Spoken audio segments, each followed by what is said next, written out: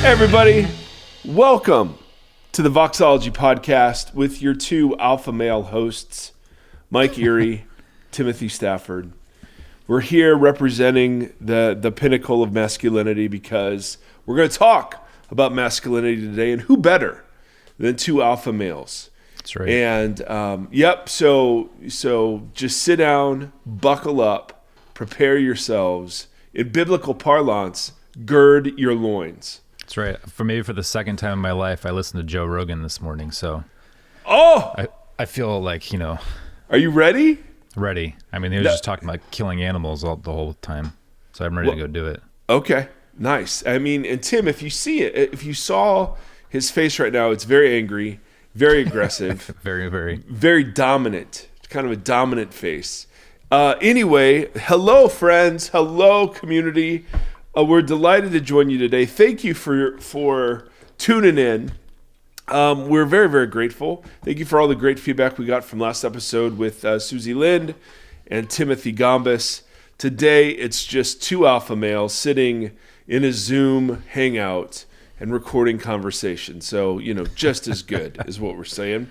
It's like two caged lions. I want to thank Jeff and Chantel. I want to thank Scott. I want to thank Kristen for all your very generous support through either tithe.ly or through Patreon. We are a crowdfunded nonprofit thing. So thank you for all of the ways that there has been an entire community that has gathered around and help us pull all of this off. So we're very grateful. If you want to find out more, go to our website, voxologypodcast.com. Now, Timothy, Yes. we have big news. We're recording this the week-ish, 10 days out from Halloween, your favorite holiday. And to commemorate your holiday, your favorite holiday, you released a Halloween album. Yeah, So I did. yes. So tell us about this. You had threatened it. You had threatened mentioned it, and now it is here. I need little project challenges to keep me sane. Yeah. Little creative challenges. So Yeah. I decided, instead of, everyone records Christmas records. Yeah, that's lame. That's lame. I was like, let's make a Halloween record. So over 4 or 5 nights in my office, I wrote and recorded it. So it's all just done right here at the desk, but it's pretty fun. Both my kids make appearances on it. Oh, absolutely. And it's all in all the streamers. It's all in all the streams. So just type in Tim Stafford. Timothy John Stafford. Oh, Timothy Tim Stafford John. will bring up a flat-picking guitar player who, when I released my very first record I ever did, they put it together on iTunes as the same artist, and his fans were not excited. Okay. That's But fair. I emailed him and we laughed about it. All right, so Timothy John Stafford. That's really important that people know. I'm glad I brought that up. That's right. And what can people expect from a Halloween album? Lots of metaphors with monsters. Oh, the monster inside. Mazzy has a track called The Queen of Halloween where she reads a poem about being the Queen of Halloween. Nice. My son Elliot, we do a song that I had on Instagram from when he was only 4 years old that he wrote about trick-or-treating, and I took the video of that and then melded it into a full band song. So at this point, you're just straight up exploiting your children, just like I do. I mean, with they're on Seth. 2 out of 10 tracks, but Okay. yes. Yeah. I love it, dude. Congrats. Thank That's you. so It's fun. Yes. So if you're somebody who loves Halloween tunes, or if you're somebody who doesn't even know what Halloween There's tunes 3 would of sound you like, out there. yes, this is your album. You 3. Yes. Sign in. So go check it out. Well done, Timothy. Thank you. The next, I want to tackle another obscure holiday. All So right. I joked Arbor Day, but I'm Arbor Day sure record. there's, Well, they were songs doing about that trees. with horror movies for a while. Like, they were running out of holidays. They had done Christmas a bunch, and then someone made like a Thanksgiving movie. Oh, that's and funny. then we funny. had a friend from film school that was trying to do a Columbus Day horror film. Wow. Which, I mean, you could just make a film about actual whatever. But Flag still, Day. Flag Day Yeah, would be Flag good. Day. Flag Day just had a movie. Sean Penn movie. Really? Your buddy Eddie Vedder did the whole soundtrack to it. Of course he did. My personal friend, Ed. Yep. I call him Ed. Those friends call him. Yeah, exactly. That's a Pearl Jam lyric, by the way. So congrats. If you're in the mood for some tunes, go please check that out. Timothy John Stafford. I've got some thoughts. All right. Because as we know, the role of middle-aged white men in the world is to offer thoughts. And so we don't want to disappoint anyone's expectations. There's a vacuum out there right now. There is. We need more thoughts. So my daughter, let's first talk. Let me paint a picture. All right. Before we get to my daughter. Yeah. I'm exploiting my children the here. future as well. heir to the Voxology throne. Throne, yes. So my son, my first son, Nate, who you've obviously met, he greatly lacks confidence. He does not. So Nate, when he was growing up, he attached himself to the game of soccer.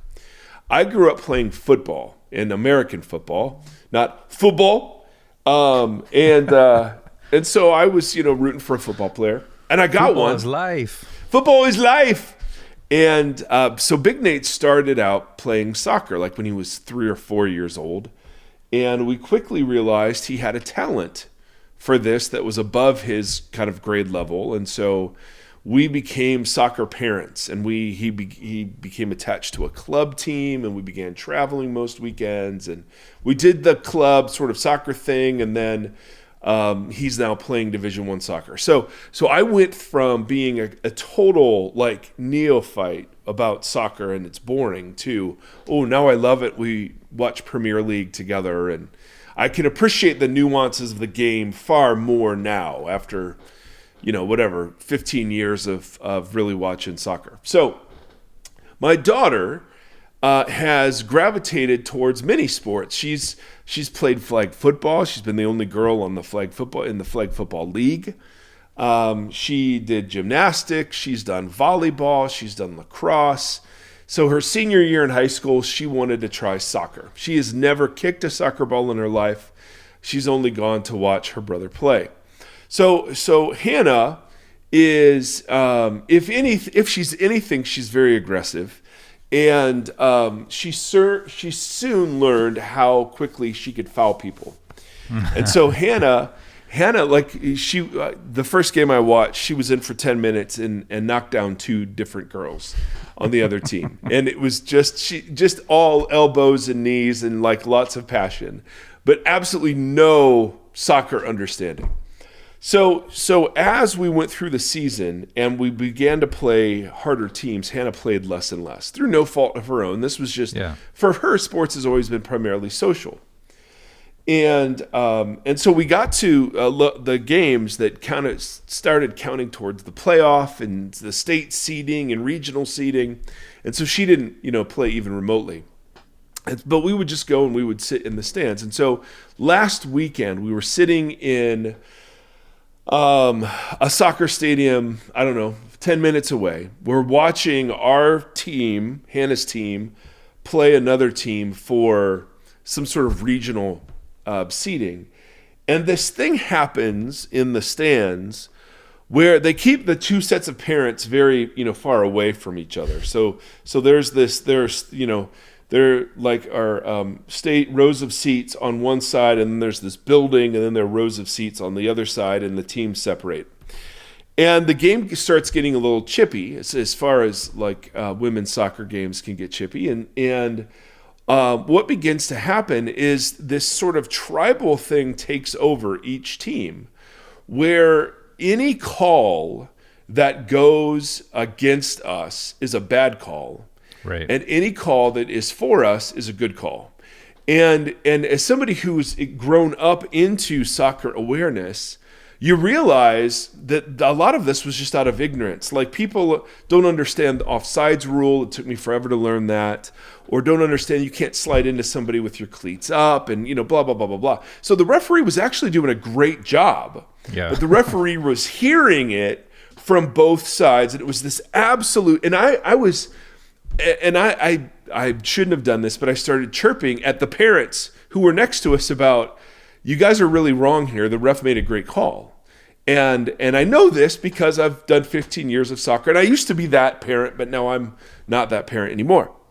And so I don't want to be the well actually guy, but it was so obnoxious that she goes to a Christian school, that this group of Christian parents was, just heaping abuse onto the referee, but it was totally out of ignorance. And it was absolutely tribal, right? There's no room for nuance, no room for complexity. No, it was just, if it's for us, it's good. If it's against the other team, it's good. If it's against us, it's bad, right? There's nothing in the middle. And I was thinking about, and the no duh statement of the century is coming. I was thinking about, okay, that's exactly, that used to be on sports fields, but now that's everywhere. That same approach to, I cannot hear any nuance, any complexity, any tension. It is literally, if it's bad for them, that means it's good for us. And there's nothing in the middle. You can't explain the complexity of anything. And I was thinking about how brutal it is to not only try to live in a society where that's the norm now, right? It's just the loud shouting of social media and even around dinner tables, right? There's just nothing. I mean, it's and I get this when I talk to people of different political persuasions. If I say anything negative about the Republican candidate, then I'm automatically endorsing the Democratic one. And it's like, well, no, you could actually critique without endorsing the other. I mean, it's a thing that happens among thoughtful people, And not that I'm claiming to be super thoughtful, but I'm working on it. And this sort of tribal way of seeing the world, which is just so utterly ruthless, is now obviously, not shockingly, making its way into the church.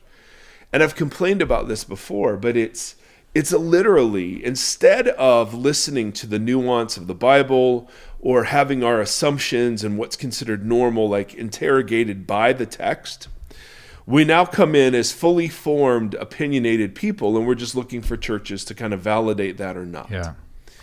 Which is exactly the opposite posture we're to have as students of Jesus, right? Which is to continually hold up normal to the examination of God's word, and to hold up myself in normal mode to the examination of the word, the scripture, the scripture, the spirit, and the community. And I don't have a way out of this other than I was just sitting there looking around for anyone in the stands who appreciated the nuance of what the referee was doing. Right. You know what I mean? But those people are the most quiet ones because they realize that it isn't tribal. So, and so you're just sitting there feeling so lonely. Like, does anyone else see that the referee is actually doing a great job here? Well, my dad is a high school referee. And goodness. He's been a high school coach and referee for my entire life. And so now he heads up the refs for volleyball, for girls volleyball, and boys now, I think, too. And so he's like, hey, you want to make extra money? I could get you in and get you trained as a ref. And I'm like, no way. The refs have to be currently up here, and I'm sure this is everywhere, but I can only speak to here. The refs have to be escorted to their cars after games because the parents have gotten so violent and so entitled to I think entitlement's kind of the thing, right? Like, you just feel so entitled to your opinion to a violent degree, regardless of any, like you said, nuance or anything. But it's pretty wild. Parents are just out of control right now. It's like once they got a little, and I'm not going to say it's a direct reference, but it really blossomed in the last 4 to 6 years, where people had really loud opinions, and then they became emboldened in them, and suddenly things got a little hectic. Yeah. Yeah, we saw it before that in really competitive sporting environments. So not casual sporting. That's where you see it now is, hey, how many headlines do we see of at a third grade baseball game, there was a big brawl. Yeah. Right. And you're just like, okay. But to me, that serves as the perfect metaphor for the kind of culture war dialogue that we find ourselves in. Right. And to be somebody who is attempting to be thoughtful or attempting to appreciate the complexity of issues, right, is to just be castigated completely by both sides. And the space we're trying to carve out, and we've been trying for 7 years. This is our 7-year anniversary, by the way. Today? Well, this podcast, I mean, this specific, we started in October, the first weekend in October of 2015. And here we are. They said it wouldn't last, Timothy. Here we go. Yeah, they were wrong. Or we just have nothing better to do. And we're stubborn. It could be either one of those. Yeah. But I was reminded afresh as I'm sitting in the soccer stands of what it is, the hard place we're trying to carve out, not just culturally and politically, but even in Christian circles. Because one of the things we've been wrestling with in our church community, so we have loads of people who kind of walk through the doors, experience it once, and then walk out the doors, never to be seen again. And is that a badge of honor, or is that a mistake, or is that, something else entirely? And because we've been thinking about, what? Because if you want to grow a church, there are relatively straightforward ways of doing that play on group dynamics and there's seminars and books. Oh yeah, absolutely. And if you're trying to be a thoughtful sort of middle third way sort of church, it's a much harder thing. And so we're constantly examining, are we third weighing it too much? Are we, blah, blah, blah, blah, blah. And it was just reinforced watching the soccer game that no, we actually need more people who appreciate that the referee can call a good game even if it's against your side. Yeah. And we need more people who can appreciate the fact that if a call goes against us, that's not necessarily a bad call. Yeah. You know what I mean? Like, totally. and that energy that comes as a game gets tight and people get more and more angry, that's a really bad antichrist kind of energy. And so having said that, I want to make a more concerted effort to create space for different opinions than ours. So I reached out to a guy. He hasn't said yes to this, but a guy who wrote a book called The Christian Case, or The Biblical Case for Christian Nationalism. Oh, wow.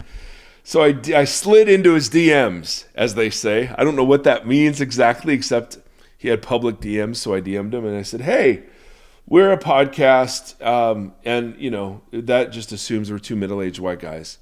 But you seem like a middle-aged white guy, so why don't we all get together and talk? I didn't say it that way, but I've been very eager to see if he would respond positively to that. Yeah. Because one of the things that marked our podcast early on was we would bring in people who we disagreed with and just let them talk. Like we wouldn't argue with them, we wouldn't push back on them. We would just let them say whatever they wanted to say to try to get the best sort of argument on the table. And so that was just a great reminder to keep trying to do that, And as somebody who's a teaching pastor, how do we invite myself, but us, into permission to allow the text and spirit and community to speak into the already solid formed opinions I have that come from all sorts of other places, and how best to do that. So I'm still trying to figure that one out. Yeah. So anyway, what do you think, Tim? I would say that was a great intro by Mike. Yeah. I was thinking about it yesterday because I mentioned last week that my students are writing those. Oh, wow. That's my Apple Watch. Sorry. Talk Siri. We're doing the Rogerian essay, so they're doing that essay where they have to enter into the, unbiasedly into a conversation with two distinct, opposite, opposing things. And it's been interesting because a lot of the students are just like, I am having a really hard time remaining unbiased in this side of the argument. I'm like, I get it. I understand why that's difficult, but here's why you're doing it. And someone emailed in a while ago and said, hey, it would be really interesting if you guys modeled that on the podcast. But it'd be even more interesting to see that modeled in church or in person. Like, two people with really different beliefs that just have a conversation where everything can be, it's not an argument. It's just like hey, I see what you're saying. I'm going to ask a couple questions about what you said to fully understand it so that I can have a very nuanced and educated response to what it is. It doesn't mean you're being swayed to their side. It means you understand it so that when you do have an opinion that pushes against it or whatever, why you have reasons for that. Yeah. Yeah. which is important. It is important, doggone it. So more about that down the road. I'd love to explore some of that space, like Will Ferrell does with the cowbell when he's invited to explore the space. Well, I invited Sean Foyt on, but he doesn't want to. Okay, that's fair. He didn't respond. You have been a little angry towards him. What? And well, he's pretty spirited too. Yeah, he is. And I'm going to reach out to FG. I mean, the OG FG, Franklin Graham. Yes. I love it. All right. Today, we need to talk about alpha males. Speaking of Franklin Graham. Yes. Alpha males have made a roaring comeback on social media, guys. And the problem, so we're told with the world, is that men are not manly enough. Yes. I have 2 students writing that essay right now, actually. Really? Yep. Oh, I love that. Perfect. Just yes, we need more manliness, because manliness is next to godliness. That's what we're being told. So, I've just sort of fished through the interwebs. I'm not on social media much anymore, but every now and again a topic will fly by and you go, oh, let's see what's out there. And this seems to come from enough different places that it's a thing. So this seems like a thing. So for the first thing I saw was an advertisement for a conference called the Man Up Conference. All right? Yeah. And this was either in Florida or Texas, of course. And I just want you to notice the language from the one of the biggest, the headline speaker there was this guy named Tullian, and I don't know how to pronounce his last name. He's Billy Graham's first name. Tullian, yeah, which is cool, and it's like I don't know how to pronounce his last name, but he's Billy Graham's grandson who used to lead a church in Florida but had multiple affairs, and married the woman who he had an affair with, and now evidently is teaching us to be manly. Which I always think is super interesting.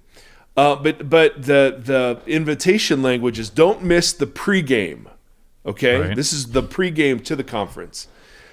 Axe throwing, car show, boxing machines, and adult obstacle courses begin Friday. Right? So, hey, what does it mean? What's going to appeal to men? Axe throwing, car shows, boxing machines, and adult obstacle course. Perfect. Yeah. Along, and this is other text, this is pulled straight from the website.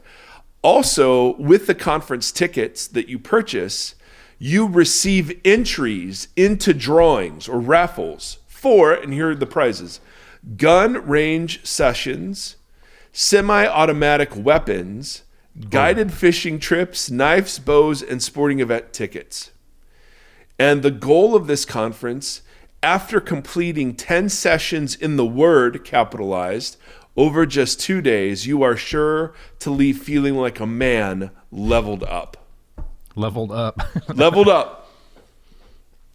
So I just observing this, because there is definitely a slant that is taken on what it is to be a man. Yeah. Right? And it involves objects of violence, automatic weapons, gun ranges, knives, bows, axe throwing, boxing machines, and, some sort of quest for adventure, car shows, adult obstacle courses, guided fishing trips, and sporting event tickets. Yeah. And I remember I was a man back in my day. I was a man once. Yeah. I was a man when Wild at Heart came out by a guy named John Eldridge, and there was this kind of movement that swept through in tandem with something called Promise Keepers. That was a men's conference back in the day that did some really good things. I mean, they were one of the first places I heard about racial reconciliation, for instance.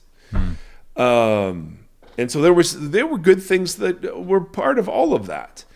But this is just sort of like, the resurgence of that same sort of idea that masculinity is this rugged, outdoorsy, Joe Rogan type expression. Yeah. And the fact that it gets tied in, and if that's what you want to see masculinity as, great. But the fact that it's tied into the Bible is where I find it problematic. I mean, to be honest, I don't mind axe throwing. And, I'd love a cool car. I have a truck. Boxing, for sure, dude. See, that's the thing we talked about before, too, though, is like most of the people who enjoy football and that kind of stuff in my life are women. Yeah. Like, so when we talk about we give those examples before when we talked about this a little bit with like the church having like the male Super Bowl party and then the women have like a knitting club or like a baking thing. It's like, well, most of the women I know don't knit and like to watch football. Yeah. And that so means you know some great women. Yeah, well, I bet it's probably more prevalent than not. Totally. But again, the issue isn't, hey, do men enjoy these things? Sure. Yeah. But that this is endorsed as subtly, in this case, as biblical masculinity. Right. Now, there's another guy who I will not name because he's just I don't know, he seems like a troll who just fishes for and markets himself as kind of the counter PC woke guy, one of many. But he's writing a book called The Manliness of Christ. Oh my gosh. Yes, I love it. I can't wait. How the masculinity of Jesus eradicates effeminate Christianity. Wow. Yes. And so here's some of right. I'm gonna reach out to that person too. But some of the tweets were like effeminate pastors produce feminine churches. Feminine churches produce an emotional culture. Emotional culture does not attract strong men. No strong men equals a weak and vulnerable church. Now that's straight out of the Driscoll playbook. Totally. And again, I mean, he literally, it just seems to be recycling sort of Driscoll content. There is far too much similarity between the fashion and hairstyles of lesbians and male Christian musicians. Wow. Right. So you've got a culture about man up, and then you've got the manliness of Christ, which I have no doubt will be very biblically faithful. Then you've got the Promise Keeper CEO organization I just mentioned. He says that churches are making men effeminate by teaching Jesus wrong. We've taught a Jesus that's an idol, that's not the real Jesus. We've taught a Jesus that says to love means being nice to everybody. Jesus wasn't very nice. He wasn't very nice most of the time. Check. Then we've got a guy who literally he seems part of the like MAGA movement. Part of his Twitter handle is alpha male. Wait, the last guy was the Promise Keeper guy? Yeah, that last guy was the Promise Keepers guy. This is new. So this one is a different guy. Gotcha. This guy is, as part of his Twitter handle, alpha male. Gotcha. And just a sample of the tweets that you'll find, it must suck to be a beta male. As an alpha male, I wouldn't know anything about that. Weak men, different tweet, are the most dangerous humans in the world. And I kid you not. All right, this is a real one. I saw it. The word masculinity did not have any meaning until President Trump was born. Whoa. And this guy has 350,000 followers. I've been an alpha male my entire life. I can't help it. I was born this way. So, I mean, the word masculinity didn't have, what was it? It didn't have meaning. That is hilarious. Yeah. Now. What a weird statement. That is a weird statement. All right. And then we have from our friends over at Desiring God, the Gospel Coalition, an article about beards and which is right up your alley, Tim, because you have a great beard, man. A great beard. I've seen you without one. Make me shave it. And no. Beards protest. So this is from an article. All right. Beards protest against a world gone mad. They testify in their own bristly way that sex distinctions matter. So beards are now part of the culture war, evidently. So sucks for my friends that can't grow them. Well, we know what those are. Those are soy drinking beta males. All right. So on the one hand, we have the Man Up Conference.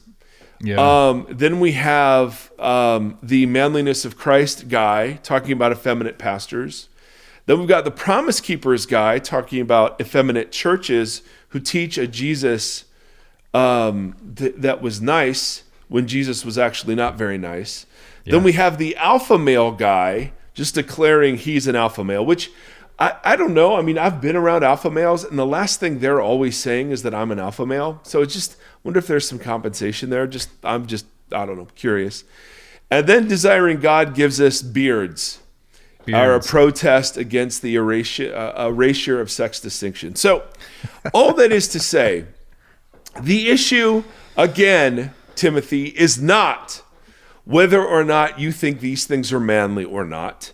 The issue is not if manliness existed before President Trump was born or not. Such a strange claim. Totally. And you have to be that crazy to get noticed these days, right? Guess, I mean, yeah, it's working. Oh my word. It's that when any single version of manliness gets held up as the biblical version of manliness, that we now have a problem. Yeah. And it's an idolatry problem. It's recasting Jesus into some image. Totally. Whether Jesus was mean or Jesus was nice, what a dumb set of categories to evaluate Jesus using. Yeah. Right? Was Jesus an alpha male or a beta male? You've already betrayed the idolatry just by putting the question that way. Yeah. You know what I mean? So the search, I want to stand resoundingly against the search for anything remotely called biblical masculinity. Yeah. Because guess what? We meet all kind of men in the Bible, and all of them, with the exception of one, are whacked, right? They all have issues. And so how do you pick one example out of the book and hold that up to, well, that's what men are?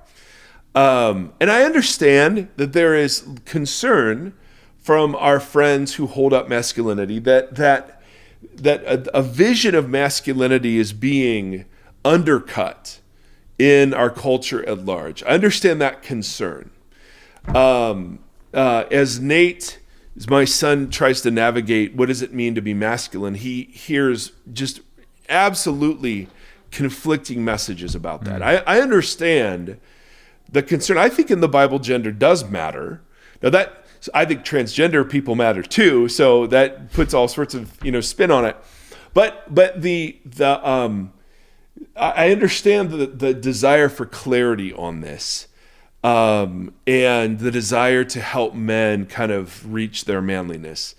The issue, though, is that using the Bible in some way, shape, or form to define biblical masculinity has done so much harm. I remember when Wild at Heart came out. I wrote actually a book on manliness. Why Guys Need God was the title of it, which I did not come up with, by the way. And I wrote the book critiquing Wild at Heart because we had a guy on our staff who came up to me. I was at a church called Rock Harbor at the time. A guy on our staff came up to me and he said, I just feel so much shame that none of this sounds manly to me. Like, I don't yearn for a woman to win. I don't yearn for an adventure to live. And I don't yearn for a battle to fight. Yeah. So I must not be a man. Yeah. Was the conclusion. And I was just profoundly. And you said that's true. I said, yeah, first of all, beta male is for you. And here's the soy vegan line. Let's go throw some axes and see what happens. And then he got some Axe body spray. And I said, no, different axes. So that was a good visual. Thank you. We're just, yeah. I mean, if you've been into a high school locker room, man, Axe body spray is getting tossed around in there like no one's business. But I digress. So the issue is that whatever masculinity you decide to come up with is just a reflection of either what you're projecting or what you're compensating for, right? I mean, it's just so ridiculous. So I thought, well, what does the Bible say about males? And the Bible does say some things, but not along the lines of what our alpha male beardly, axe-throwing, Jesus was not very nice counterparts might say. Right. And then just the insulting as a Christian. I'm going to insult people by calling them effeminate. Boy, man, that sort of grinds at me as just that is not at all a Christian posture. And if that's what biblical masculinity is to you, is being a jerk, then you've missed Jesus. I mean, you just have missed him entirely. The guy that intervened on behalf of women, the one whose story ended in sacrifice and arguably defeat. Yeah. Jesus. Yeah. Tough to make him an alpha male. Now, so you know what I'm going to do, Timothy? I'm in the mood for some Bible.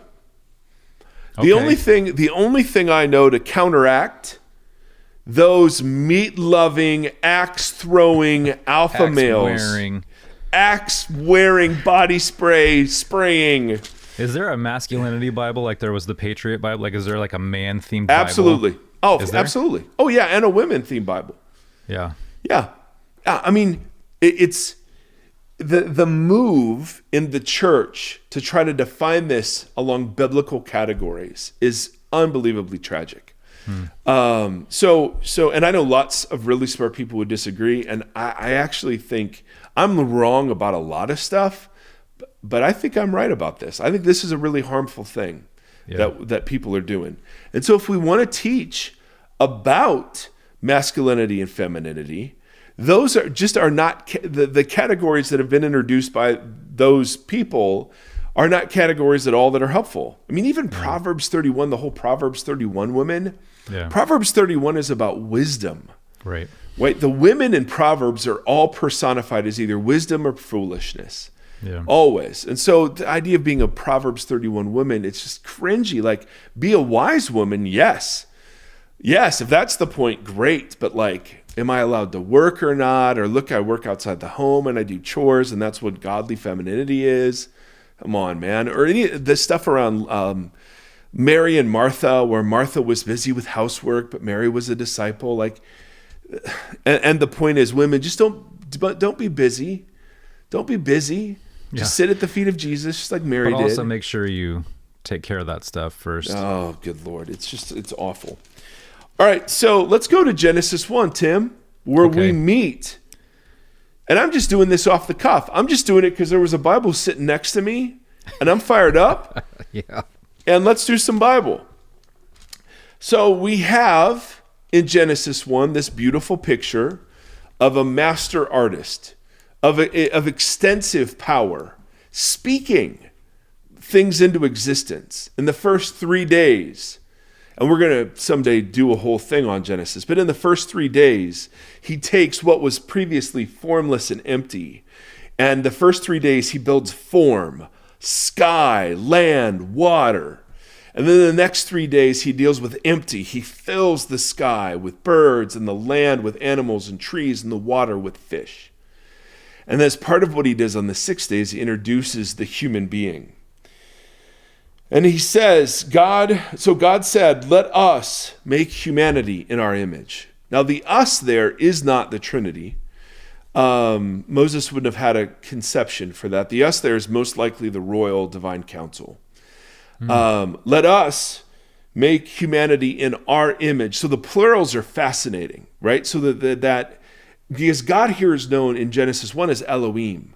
And there are lots of Elohim in the Bible, right? Elohim just means of the category of spiritual being. We've talked about this before. So let us make humanity in our image and in our likeness. Now, image and likeness were words. Timothy, pay attention. Sorry, I'm making sure. It sounds like there's noise outside when I have my window open because it was warm, and I'm going to close it if it's loud. No, I didn't hear anything, except all that I heard was your attention wandering, drift away. The riveting from the riveting exegesis. Let us make humanity in our image and likeness. Image and likeness, those are kingly words. We've talked about those before. Image and likeness were representatives of. So let's say there was a king. The king was always the image of a god. All right. So Pharaoh was the image of the god Ra, I think. In the ancient Near East, this was very, very common. The kings were the images of the gods of that nation. And you would have statues or likenesses of the king in the midst of temples and in far-flung cities. Those images and likenesses stood for the authority that the king had as an image of the god. Yeah. Now, that image, literally, is taken and now applied to human beings so that we image God as in the same way that a king would image a god. But now what was true of a king is now true of all of us, which is this theme throughout the Bible that God has always been looking for, not a king, but a kingdom of priests, not just a group of priests, but a whole, slew of priests and a whole slew of royal messengers and whatever else. So the rule and likeness is tied to the commission that they would have to rule over the fish, the birds, the livestock, and over all the creatures that move along the ground. So that these representatives had delegated authority to exercise consistently with God's character, and as representatives using God's example, they would continue the drawing out of flourishing of the world that God had made. I like that. The drawing out of the flourishing. Yeah, creation was embedded with potential. Yeah. So the humans could build out on that, draw that out, build upon it, and use it and further that potential. Yeah. So it says that God created humanity in his own image. In the image of God, he created them, male and female, he created them. Now, there's absolutely nothing in here when we first meet male and female, other than their counterparts, and that both are required to bear the full image of God. Correct? Yep. So that the man in his maleness doesn't bear the full image of God, and the female in her femaleness doesn't bear the full image of God, although they're both image bearers.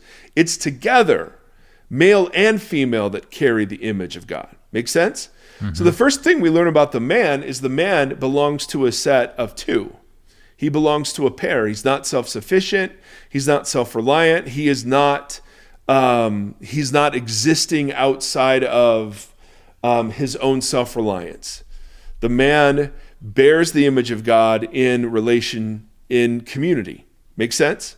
Yes. God blessed them and said, "Be fruitful in number," and he gave them a fun way to do that. Fill the earth and subdue it. Now, the word subdue here means to bring order to what is chaotic. So the idea is that the earth wasn't the whole garden, but the garden was placed on the earth, and that their job was to expand the borders of the garden to encompass the whole earth. And they would do this through the manufacturing, the very joyful and fun manufacturing of other image bearers. Yeah. Right? And then God said, "I will give you every seed-bearing thing." So they were, eating eating seed-bearing plants initially for food. God told it was good. Great. So that's Genesis 1. No inferiority, no superiority. But the idea is the image can only be contained because there's R-ness, like O-U-R-ness, let us make humans in our image. There's some sort of plurality there among the Elohim that is now going to be represented in a plurality of human beings. All right, that's the big point. There's and total equality. There's no ranking or hierarchy here whatsoever. Then in chapter 2, we read about the account of Adam and Eve. Now, no shrub had yet appeared on the earth, so the earth was beardless. In other words, and no plant had sprung up. For the Lord God had not sent rain on the earth, and there was no one to work the ground. The Lord God formed a man. Now, the very common mistake made here is to think that this word man means biological male. Right. Right? We've talked about this before. No, the word man is the word Adam. And Adam does not become a proper name until later in the story. Adam is a name used and coming from the ground, the word for ground, which is Adama. Yeah. So the Adam was made from the Adama, right? And the Adam is not sexually differentiated. It's just an earth being. Literally, that's what Adam means. Something made from the earth. Yeah. Right? Just a being made from the earth.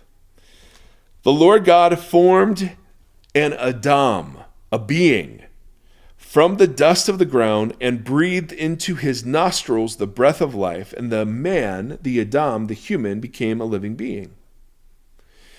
Now the Lord God had planted a garden in the east, and he put the Adam, and again, this is not a proper name. This is just the groundling. I mean, That's literally what it is. The earthling, to quote an Eddie Vedder solo album. There you go. He put the man he had formed in Eden. The Lord God made all kinds of trees that were pleasing for food. Here, a couple of you shouldn't take. Then there were some rivers. The Lord God took the man and put him in the garden to work it and take care of it. Now, work it and take care of it are priestly words. These are words used in Numbers to describe the work of priests. So the commission given in Genesis 1 reflects God's sovereignty, God's creative power, right? God is king. Well, then you will rule and subdue. Yeah. Here, God comes to us as an artist. He is walking in the garden in the cool of the day. He's scooping up dirt and breathing into nostrils. He's much more close. Yeah. And so he invites the human to do priestly work in taking care of the garden. You are free to eat from any tree in the garden, but you must not eat from the tree of the knowledge of good and evil, for when you eat of it, you will certainly die. Now, what have we learned about the groundling? Well, the groundling is literally made from the humblest of origins. Yeah. Right? The groundling has come from the dirt. And he bears the name. Hey, just so you know where you come from, I shall call you dirt. Yeah. Right. I mean, it's like, so, and yet the groundling has been bestowed with incredible dignity because he bears in some way, shape, or form the breath of God. Yeah. Right? And he's a living being. Then it says, and this is so important for biblical masculinity, it is not good for the Adam to be alone.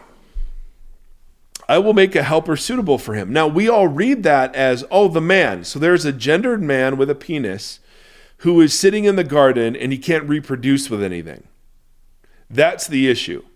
So we're looking at the animals and no reproductive partners there.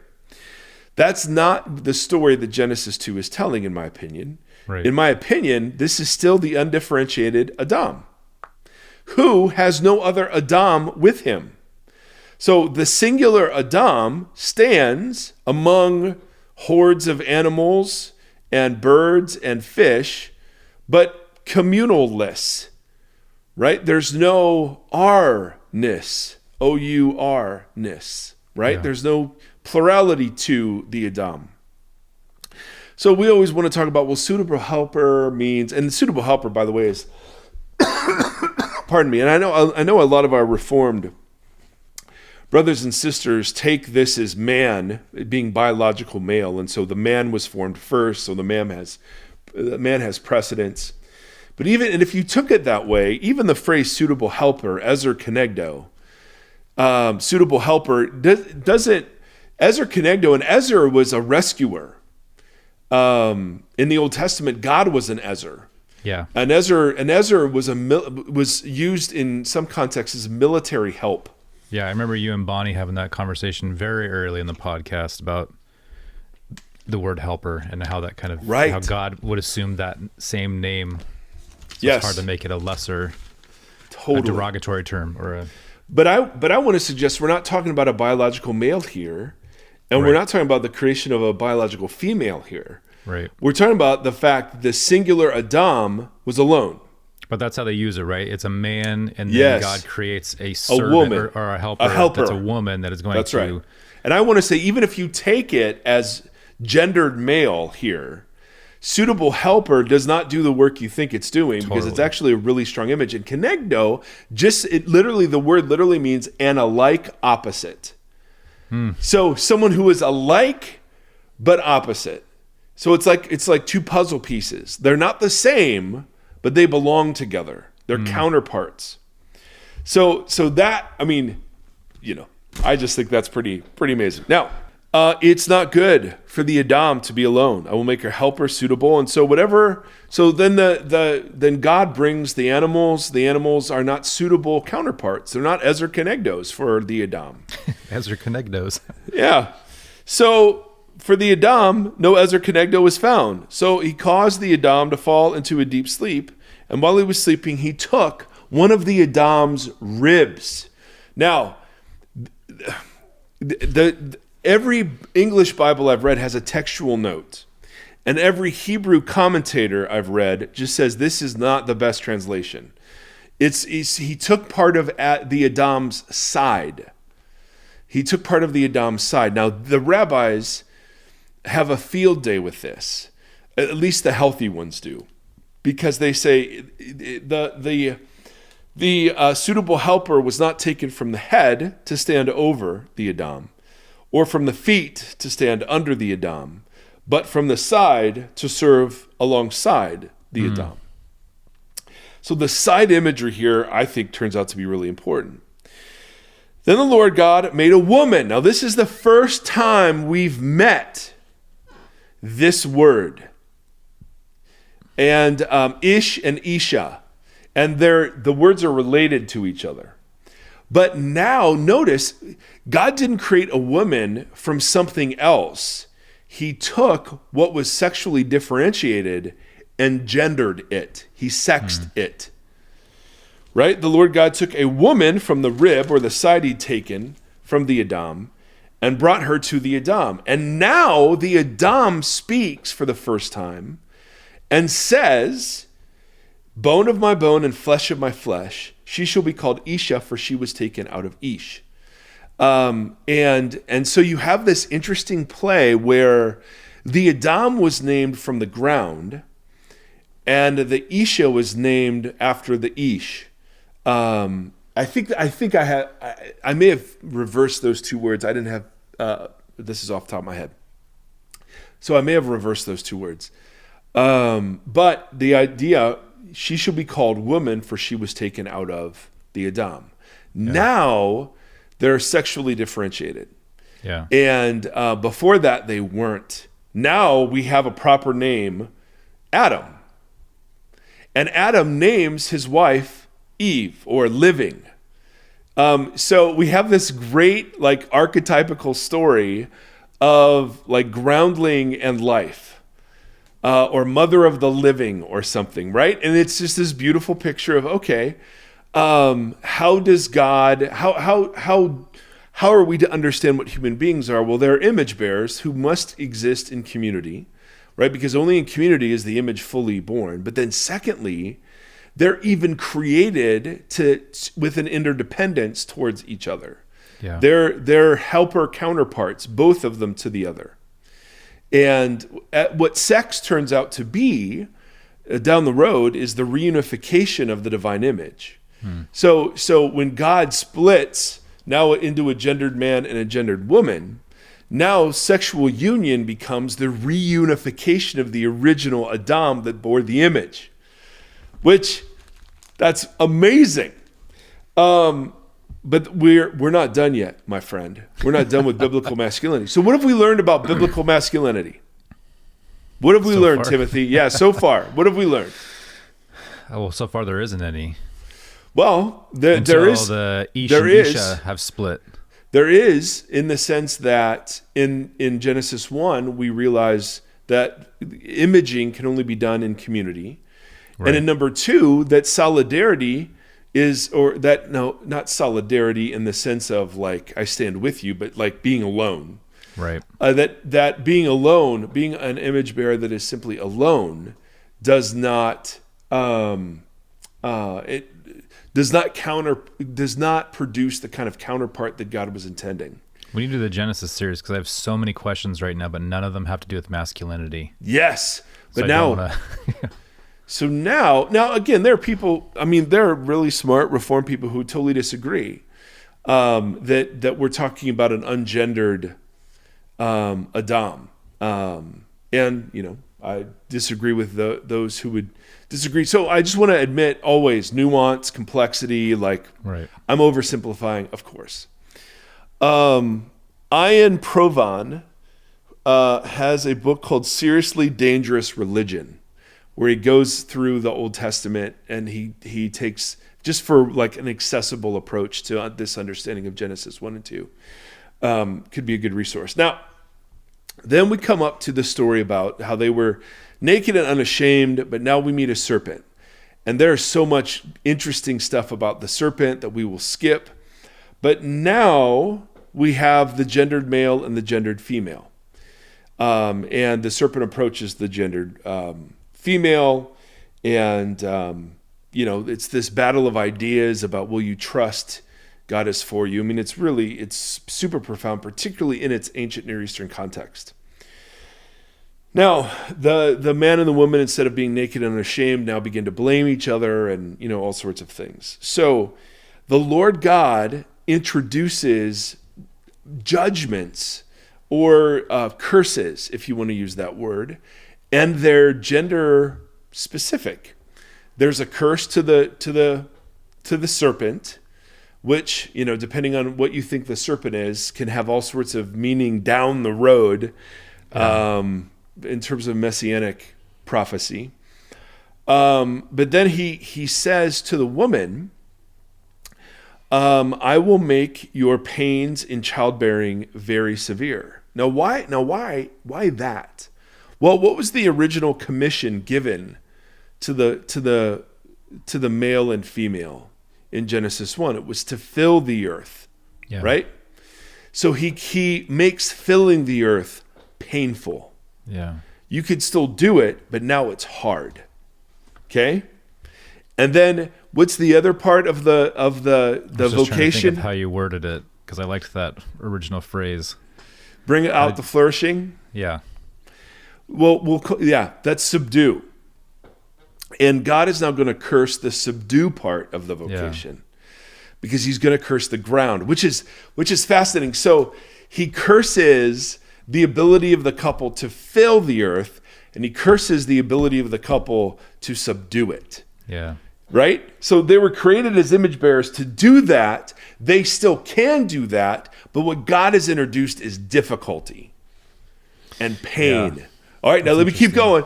Keep going. All right? Because there is a second curse to the woman. And it says, your desire will be for your husband, and he will rule over you. And some think this means sexual desire, and I don't think that's what it means, because the word desire is used in the next chapter with sin crouching at the door of Cain's life, wanting to master Cain, and that same word, desire, is used. So it's the desire to master. So your desire to master will be towards your husband, and in return your husband will rule. And it's the same word that the man and woman were supposed to do together over all of creation.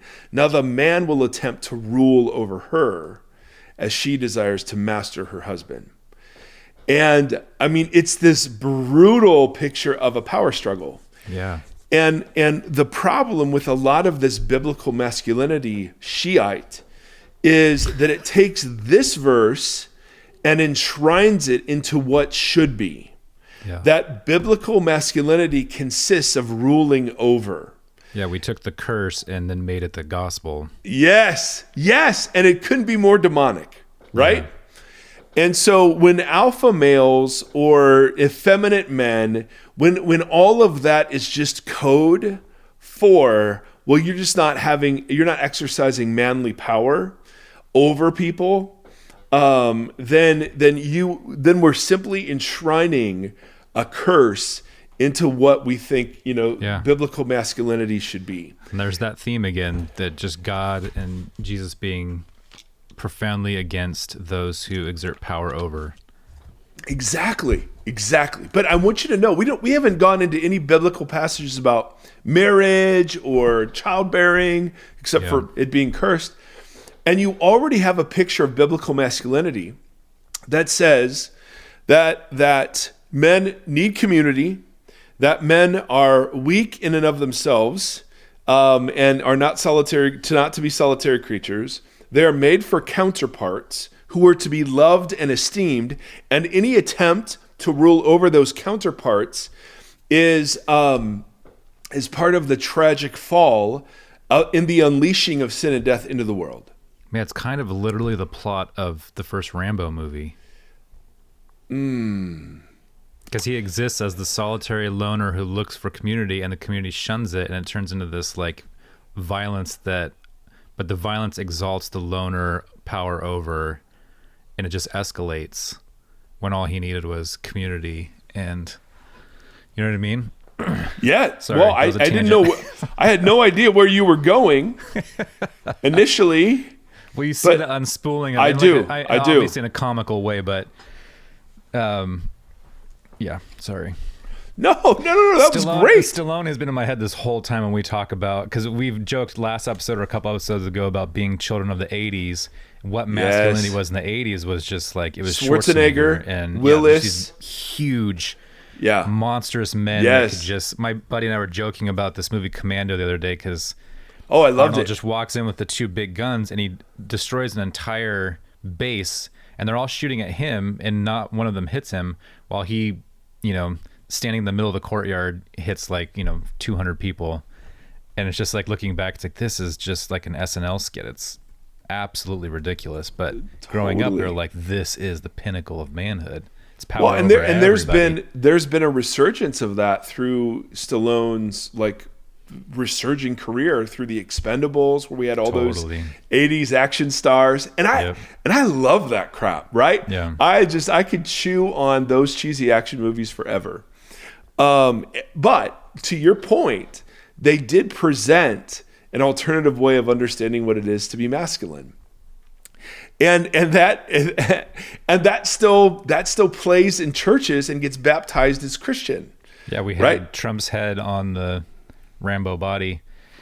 I was thinking earlier too with the Trump thing, with didn't we just see images of Trump on the cross with a crown of thorns? Yes. And you're talking about the kings, right, being kind of elevated to the image of the God. Yes. And I was like, dang, we are in that same thing right now. Oh, with Trump on a cross with a crown of thorns. We've never left it. This is what we do, and all of us are guilty. Yeah. So that's why it's a curse, right? It has now become the natural state of humanity to pursue power over each other. It's really interesting. And what's fascinating is Paul's teaching on marriage in Ephesians, that gets used as like the wife submit passage, Yep. is actually the reversal of this curse. Oh, it's so good. And we don't have time for that today. If there's a clamor for it, we can do it next week. But the point I want to make is still out there to come. Because then he says to the gendered man, because you listened to your wife and ate from the tree about which I commanded you must not eat from it, cursed is the Adamah because of you. So again, they were to work it and take care of it. They were to fill the earth and subdue. So filling has been cursed, and now the subduing, because now through painful toil you will eat food from it. You can still subdue it, but now it's difficult. Yeah.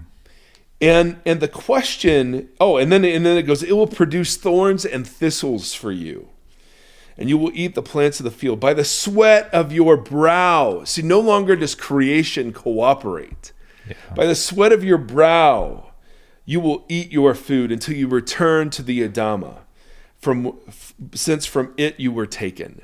Oh, so I mean, it's absolutely genius. The literary artistry of this is just it's genius. But poetry. It is poetic. But one of the questions is, why does God curse? Why does he do any cursing at all? Why the target? And again, I mean, this is mythic history. This is the genre of mythic history. Yeah. Right? And so we're dealing with a guy called Land and a woman called Life. And so, you know what I mean?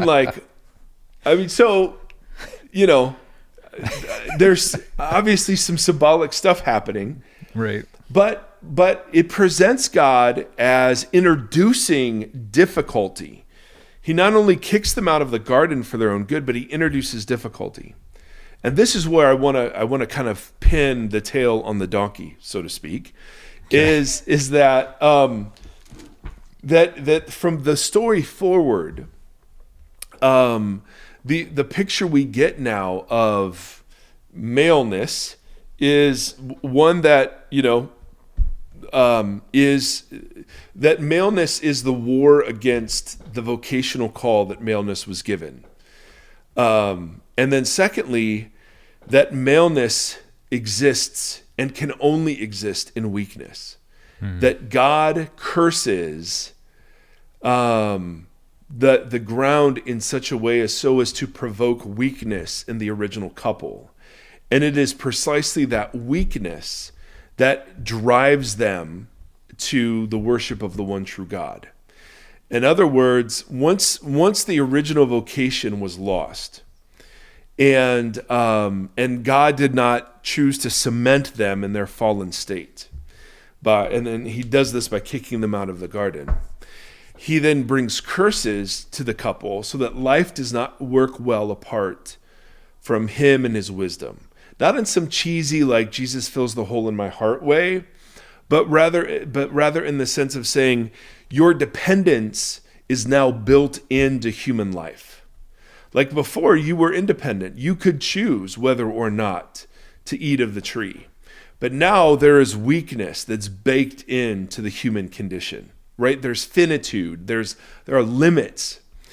And so all of this alpha male crap is simply the disguise of people who are trying to overcome that curse. The curse of weakness, the curse of limitation, the curse of limping through life, the curse of aging, the curse of death, the curse of not being at the pinnacle of your power for your whole life, the curse of losing the muscularity of your body or the brilliance of your mind. That whole picture is designed to bring us to the place where we realize we need mercy. And not in some, cheat, like I said, not some gospel like God's up there going, hey guys, it sucks, so you turn to me. No. But God ensured that our vocation building cannot be fully accomplished or idealized without each other and without some participation from him. And so if you want to talk about biblical masculinity, here's where we start. We start in the need for community. We start in the recognition of weakness. We start in the recognition that our quest for power has to be contained and fought against and resisted, right? All of the exact opposite things that we're being told what biblical masculinity is. Totally. Well, this is where biblical masculinity starts. Now, should we start a man down conference? Oh, I love that idea. We should. Let's do a beta male conference. Absolutely. Drink soy lattes. Yeah. And we could throw Axe body spray. Now, so we can shoot Axe body spray cans with pellet guns. The nice thing is we don't need bear spray out when we're camping because, we have Axe body spray on. That'll take care of it. That's right. No, so I just wanted, I understand that that gender is a really confusing thing in our world. And I don't agree with every single voice out there that tries to make it more confusing. But I also don't agree with every single voice out there that tries to make it less confusing. Yeah. And particularly when it plays into stereotypes, and then they baptize those stereotypes using biblical language. I just find that to be abhorrent. And then they oppress people through those. Yeah, well, they don't even have to actively oppress. I mean, just calling someone effeminate. Right. What? Really? I mean, what an awful. I mean, to treat other image bearers this way. Yeah. And it's an insult to women too. Like the worst thing you can call a man is that he's like a woman. Yeah. I find it insane. And so I just wanted to take an episode to take that shouting soccer metaphor and to apply it to this, I don't know, this movement among some that has always been here, right? It's not, I mean, Eldridge didn't start it and he didn't perfect it, and Driscoll didn't start it, but it's just, it has new iterations that seem to bubble up from time to time. And now it's... Well, when we had on, what was her name? Is it Amy Bird? Is her first name Amy? Yeah. Yep. Or no, maybe it was when Allison Barr was on, and we were talking about, I asked her the question if these different movements or these different loud exclamations against women coincided with the different feminist time periods and movements, and she's like, yeah. And it's like you see that in the church when it starts to react to women like advocating for a voice, that we get loud again about the role that women should be playing and holding on to. And same way we do with race and other things too. Just keep clinging to that power over. That's it, man. And I'm not saying there's not a place for traditional expressions like 1950s era expressions of, well, guys, we got to provide for our families. Well, that's actually a biblical thing. Yeah. Just don't yell at everybody else but it's not just to the man. Right. Or like spiritual leaders in the home or whatever. See, Totally. I mean, the goal is to be image bearers, and the image bearers happen in the fullness of the male-female dynamic. Now, I understand that raises questions about homosexuality, and I think that's one of the reasons why Paul actually comes against same-sex gender relations, is because they don't reflect the full image of God. So I think that logic sort of underlies some of the instruction that we find other places, particularly when he uses a word like natural in Romans 1. Like there's a whole like massive amount of scholarship about what that word means and so on. And I don't even mean to open up that whole can of worms, except to say that I understand that this understanding of Genesis does open up that can of worms. And we can all, as we've talked about, literally, I don't know, a dozen times probably over the course of 7 years, about how it is that we're to treat our gay brothers and sisters as image bearers and so on. Well, this whole section opens up about 100 cans of worms. Yes. On different gender. Topics. I mean, there's a lot in there someone should do a series on Genesis. There's a lot to pick at. Oh my goodness. And then these patterns, what's fascinating is that these patterns, this mythic history in Genesis 1 through 11 then plays out through a specific family, right? The family of Abraham. And you see all those dynamics it's really coming. Interesting. It is so interesting. And then you see those dynamics then play out through the nation of Israel. And I mean, it's so well written. Now that doesn't mean it's, without its issues. It just means that if you come at a piece of literature and you see the intent and the poetry with which, and the artistry with which some of these texts were assembled, you just go, wow, this is amazing. It provokes engagement. It does, which is what Scripture should be doing all along. Right. The interrogation of our normal. So when I began, and let me speak very, very personally, when I began to unlearn the wild at heart masculinity, right, and to embrace, and this was therapy. This was, I had an ACL surgery when I was 32 years old. I just started a very public role in a church, and I began to have panic attacks just out of nowhere. And those panic attacks turned into full-blown generalized anxiety disorder. I was always, I couldn't rest, I couldn't nap, it was just awful. For several years, I lived under that and refused to take medication because that's for weak people, or I didn't have enough faith. Right. And then I was introduced to therapy, and my therapist just kept slamming me with my limitations. Like I couldn't escape. He's like, that's where you find your masculinity, is in those, in choosing commitment in those, in choosing sacrifice in those. Like none of the good stuff of image bearing comes outside of that. Yeah. And so much of biblical masculinity is designed to keep us from those places.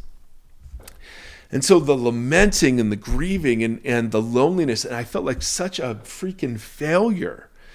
And yet I was a very public figure in this church that was exploding, and books were being written and conferences were lined up. And it was just this weird dichotomy where I was walking and limping in such awful weakness that I never would have chosen. And yet in those places I was finding like deep intimacy with Jesus and usefulness in his kingdom. And then I met Seth Erie, and man, I'm sorry, that boy, you want to talk about what it is to be fully human. That boy is my mentor in the way of Jesus. And what I've found, and I just am saying, this isn't abstract stuff for me as I've tried to learn and unlearn what it is to be masculine. But the fig leaves that are portrayed by, blaming the church or blaming the hairstyles of Christian musicians or whatever. Right. I mean, that's the same old sorry story that still does tragic harm. And, I think what the gift that God will give all of these people over the course of 80 years of their life is a really sincere run-in with their limits and their dependency. And it's there that you realize the goal isn't to be alpha or beta or anything other than to be fully human. Yeah. And to be fully human in this world, because of the curses, means to live with weakness, in weakness, from weakness, with weakness.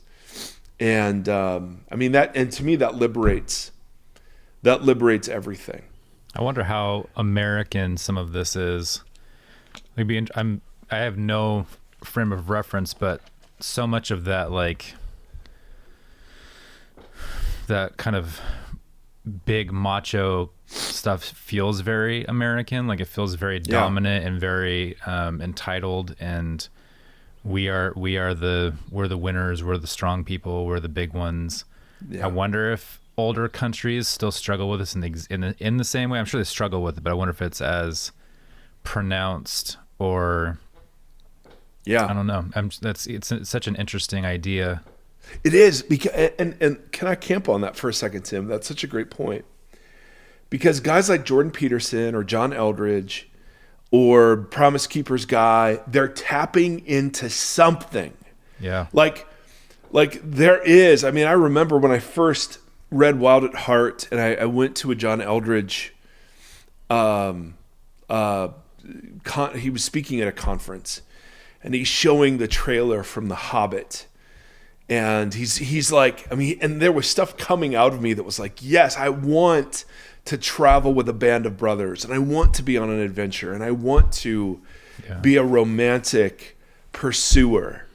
Like there is something real being tapped into. And so I don't want to just wipe all of that away and say, oh, it's all just nonsense and meaningless, because there is something that's being tapped into. And if you were to ask my favorite movies would be Gladiator. Do you think that's tapping into something, or if that's just, we have just like a two-dimensional thing built into us that, because a lot of the manly stuff now is like, it's as fear-based as anything else in the church, where it's like they're coming to strip you of who you are. They're trying to take from you. Oh, and they make women into enemies, and they make women into these like seductresses. And and then we baptize things like the Billy Graham rule or whatever that takes agency away from women. Right. Or even from men, because you're like, you can't control yourself because she's just only coming into this situation to do X, Y, and Z. And it strips women of their own rights and abilities within a professional environment. And I always wonder, like, are we drawn to that stuff because we're told exactly what Eldridge is doing? Like, this is what it means to be on an adventure and be a man. This is core to your innermost. And so we get baptized in that. And then when we don't see it, and then we get told that it's being taken from us, we get defensive. Yeah. And we want to fight back. Yeah. And then which obviously fight back language immediately plays into your manliness. So it feels like a really two-dimensional cycle that, I don't know. Like growing up in the 80s, you had Schwarzenegger, but then I remember being like so drawn to people like Robert Smith of The Cure. Yeah. And like, you know, Lipstick and Different and singing these really soft songs that had these really emotional pieces to them and being like, you know, stay away from the goth kids because they wear makeup. And it's like, well, but I can kind of vibe with what they're talking about. Like Totally. Yeah. Yes. I so relate to that because I was a football player. I was a weightlifter. I was like the stereotypical, you know, wannabe jock who loved Van Halen and, but I had a soft spot for Duran Duran that I never admitted to anybody. Well, you know, what's interesting is my college has what's called stunt team, which is a new thing in America, or I don't know, maybe it's outside of America, but it's for girls that like grew up in gymnastics and cheerleading, and they made a new sport, and it's a competitive sport that takes all those things, and it has nothing to do with having to be on the field for men's football or basketball. And so some of the girls are writing papers about that stuff, and it's great. I went to their meets last year because my daughter is really athletic and is really into gymnastics and cheerleading. And it's like, well, here's a thing that can actually give her like structure and meaning behind that stuff. But the girls writing these papers about stunt not being respected as a sport, and I was like, yeah, let's pick at it a little bit. Like, how do you feel when you would go cheer at a football game? Whose event was it? Yeah. And they're like, it was the boys' event. It was football. And it's like, yeah, what does that make you think? What about the stigma that's wrapped around that cheerleading is only there to support the male? You weren't cheering at the girls' basketball games. You cheer at the boys' basketball games and the boys' football games. You're there to support and do this thing. And it's like now they're building these new sports and structures to help edify and give So I don't know. There's a lot in there about how we kind of just, I don't know. Totally. Oh man, that's good. And I feel the same way with Hannah. Like when she, you know, they didn't have girls flag football. So we play with the boys. The boys, yeah. Yeah, which is, I thought that's fantastic that she, you know, that she was just so courageous to go out there. And I don't know, man. It's a big hairball, kind of like your beard. And we'll end on that note. Friends, Romans, countrymen and women, thank you for lending us your ears. We are incredibly grateful, and we hope this is helpful. We'll try to see if we can get some alpha males on the show just to, you know, explore the world of axe throwing, which I don't know, I didn't know was a thing. Yeah, I'm going on Saturday night for someone's birthday, but you know what? It's a woman's birthday. Oh snap! So there's that. Man, well, you definitely hang around some interesting women, which is awesome. Yeah, my sweet Justina loves sports, loves watching football. I asked her when we were dating, like, what's your best Saturday like? She's like, watch college football. I was like, okay. Done. Yeah. Will you? So may the Lord bless you and keep you. May the Lord shine his face upon you and be gracious to you. May the Lord lift up his countenance to you. And in these days, may he give us peace. Till then, friends, thank you. Thank you for listening to this conversation. Voxology is a 501c3 nonprofit organization that is supported by listeners just like yourself. If you'd like to partner with us, you can do so at patreon.com/Voxology. You can also join the community and hang out and chat with us on the socials. Facebook.com/Voxology Podcast and on Instagram at Voxology. Thank you, thank you, thank you for walking the long road with us.